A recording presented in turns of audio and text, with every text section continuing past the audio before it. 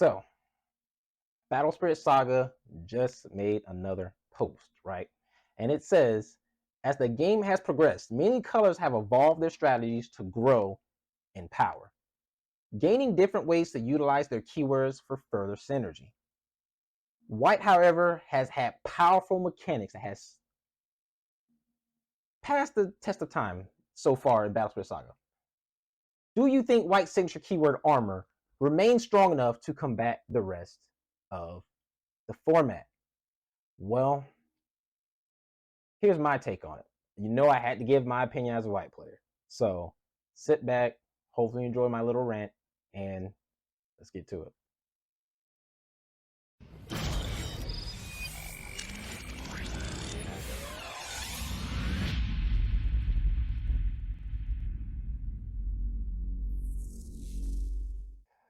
So I have 3 points I want to point out, and I have my notes right here because I was at work and I had to just go and get my mind on some paper, you know, on that type, right? So I can make sure I don't lose track of anything. So you see my eyes dart over here. I'm just looking at my notes real quick, just making sure I say everything I want to say, because I can rant.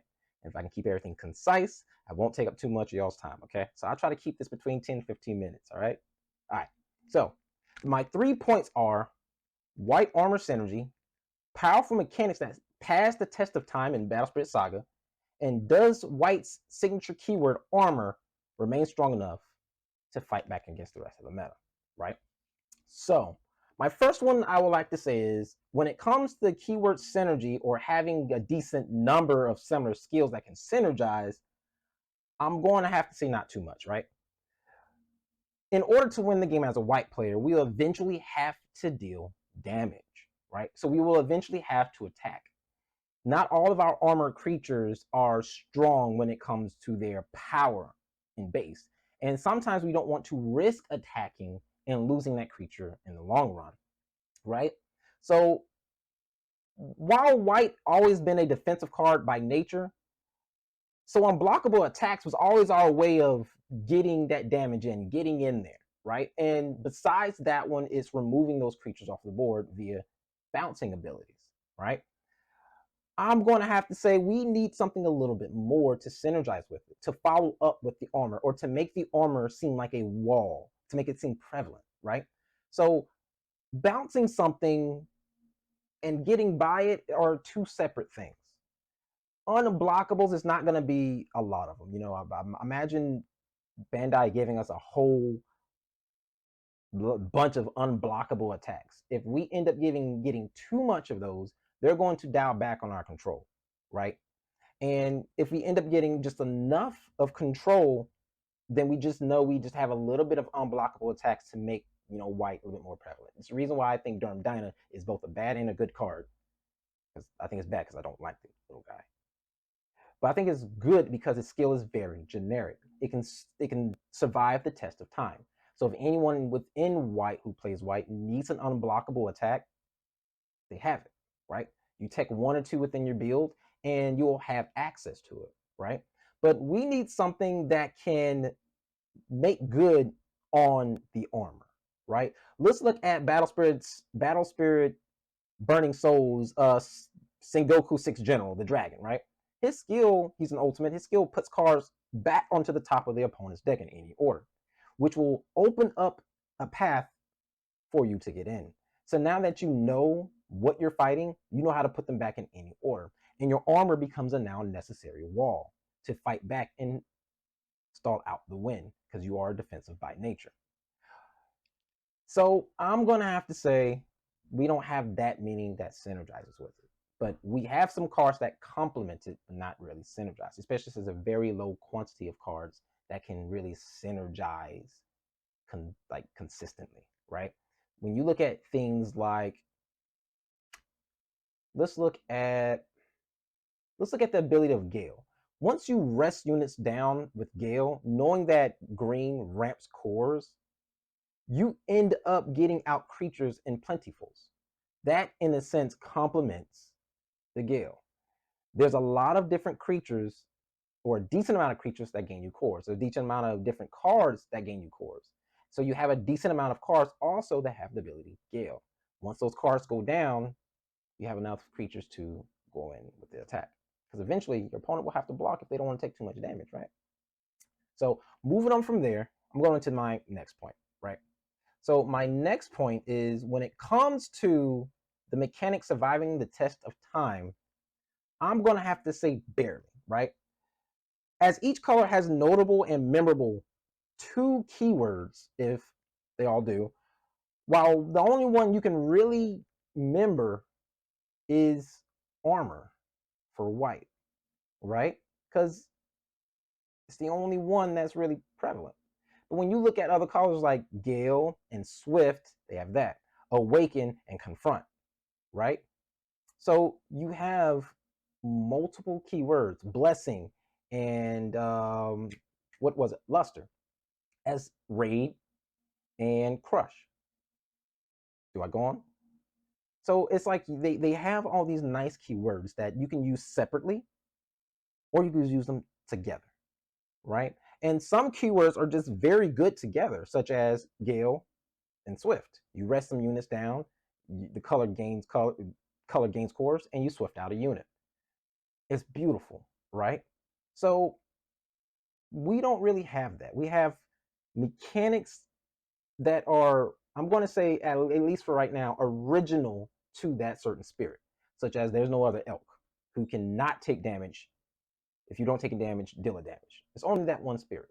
And then when it comes to Durham Dyna, well, now we have something like we have the Valkyrie. Now she can do unblockable moves as well now, but it's just to them, right? And so on and so forth. Like we do have Newmangard. He has a beautiful skill. You know, draw three cores, gain 3 cores, draw 3 cards, and then he has a secondary skill at level 2 to get a second refresh step at the near the end of your turn after your battle phase. Those cards are very good and very, I'm gonna say, well-rounded cards that can get splashed into any white build, right?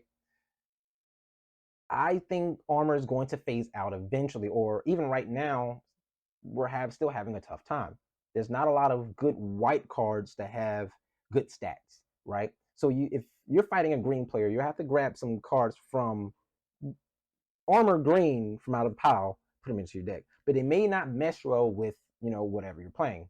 Let's look at Sheriff Eagle. Sheriff Eagle's great. Can you be offensive with it? Not really, right? Unless you have a Durham Dyna to avoid confrontation, the dude can easily die, and you don't want him to perish, right? So let's look at my baby here. Armor blue and white. Beautiful card. You know why I love him more than any other white card? And my team and some people, they know I have a couple of favorite white cards so far, but this one tops it all. Why I love him? He's an armor card that I can be offensive with, and he has very good stats, right? So having very good stats on an armor card like this, it allows us white players to be offensive and not have to worry about trying to play a stalling control white build. Put a frozen waterfall behind this guy and let us go, right? It makes us feel good that we can fight aggressively just like any other color, right? I know the color's offensive by nature, but some of us enjoys whites aesthetically, skill-wise, and also likes to engage in combat just like you guys, right? So this guy, to me, is beautiful. Love him, right? So moving on from there, going into my last point. Like I said, I'm trying to condense it. I may do a little bit more of a lecture or a push and pull with my team on a podcast with it. So if this ever comes up, just know that's when I'll let loose, and then it'll be a long conversation. You feel me? So moving on from there is, does white's signature keyword armor remain strong enough to combat the rest of the format? I'm gonna say heck no, right? But I believe it is a keyword that is keeping the colors stable for the moment, right? See, if you remove armor from white, we're in trouble. But if you remove blessing from yellow, they're okay. Why? They still have luster. They can still do something. The cards still have relation to one another. If you remove Swift away from green, the deck still functions pretty well. We already just went through Fing Hong not too long ago. Barely any Swift within the build, but the color still was able to stabilize itself via the skills, the Nexus, so on and so forth. Not, I know it's hard to believe, but imagine if Raid was taking away from Hydra. Yes, it's a little bit more manageable, but the threat's still there.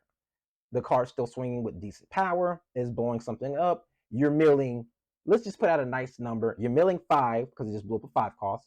The Frog is another 5. The Nexus is a 3.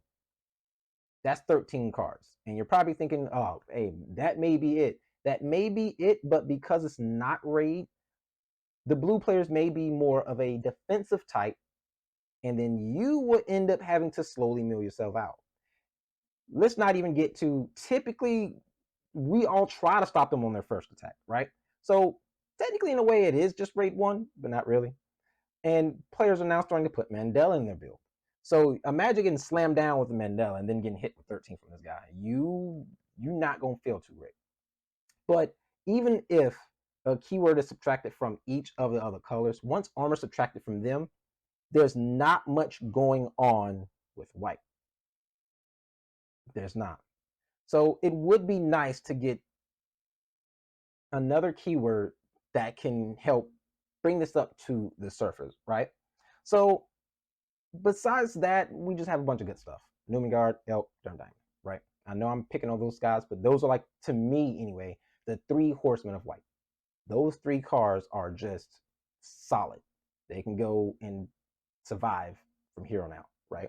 Which may be Bandai's idea, to bring out these nice, decent cards, let them survive for a while, and see what happens, right? But I just don't think that is strong enough currently right now. It's just keeping us at a stable point. Ira just got released, and Ira gives 2 heck about you building an entire deck full of red armor. Goes up anything that's a single symbol. He's the only one surviving. Tokiwa does not care. Your only way of stopping that Tokiwa after he does something like that, hopefully you got a suppression or a suppression clone like Infinity Shield or Dream Bomb. I know we all say we white, but we won't always have something. Okay.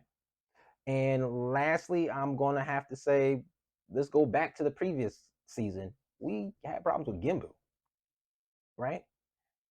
Gimbu's not, they're going right over us. Regardless of what armor you have, they just say bypass, I'm up your, right? And as much as I don't like this color because it always just mind boggles me every time it just pops up with a different play style. Let's look at purple. Curse, if I touch, you gone. Doesn't matter if you got armor purple or not. So do I believe that white currently is in a good spot within the meta or within the format? Yes, I think it is.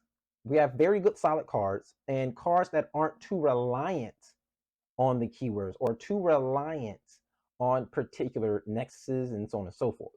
We have very good generic cards. Do I believe they are potent enough to withstand what's been released? I think there has enough to suffice, but not enough if things continue on as they are. In my opinion, when cards like Hydra anyways get released, we need something to be able to put the same amount of pressure back eventually, right? If we end up just getting very flatline generic cards, we're going to end up losing the race, especially since these cards are not only just being destructive, but effective in the terms of dealing damage, not only to the players as our life, but also to our board as well. And right now, Tiger's hitting something that's 5 VP and lower, and besides that, we can't even use Turbo X, and that was my baby. So, that being said, that is my little rant. And I would like to hear a little bit from you guys as well. And I'm gonna pick on you again, Jax. And Nexus, I definitely would like to hear you guys' thoughts, okay? Main deck masters, make a video. I would like to hear you guys' thoughts within White itself. And I know you guys been playtesting and practicing well, so don't try to run out on me. I know you guys can do this. So, that being said, I am Mustang of Battlecore and the Captain of the Core Knights, and I will see you on the next one. Peace out for now.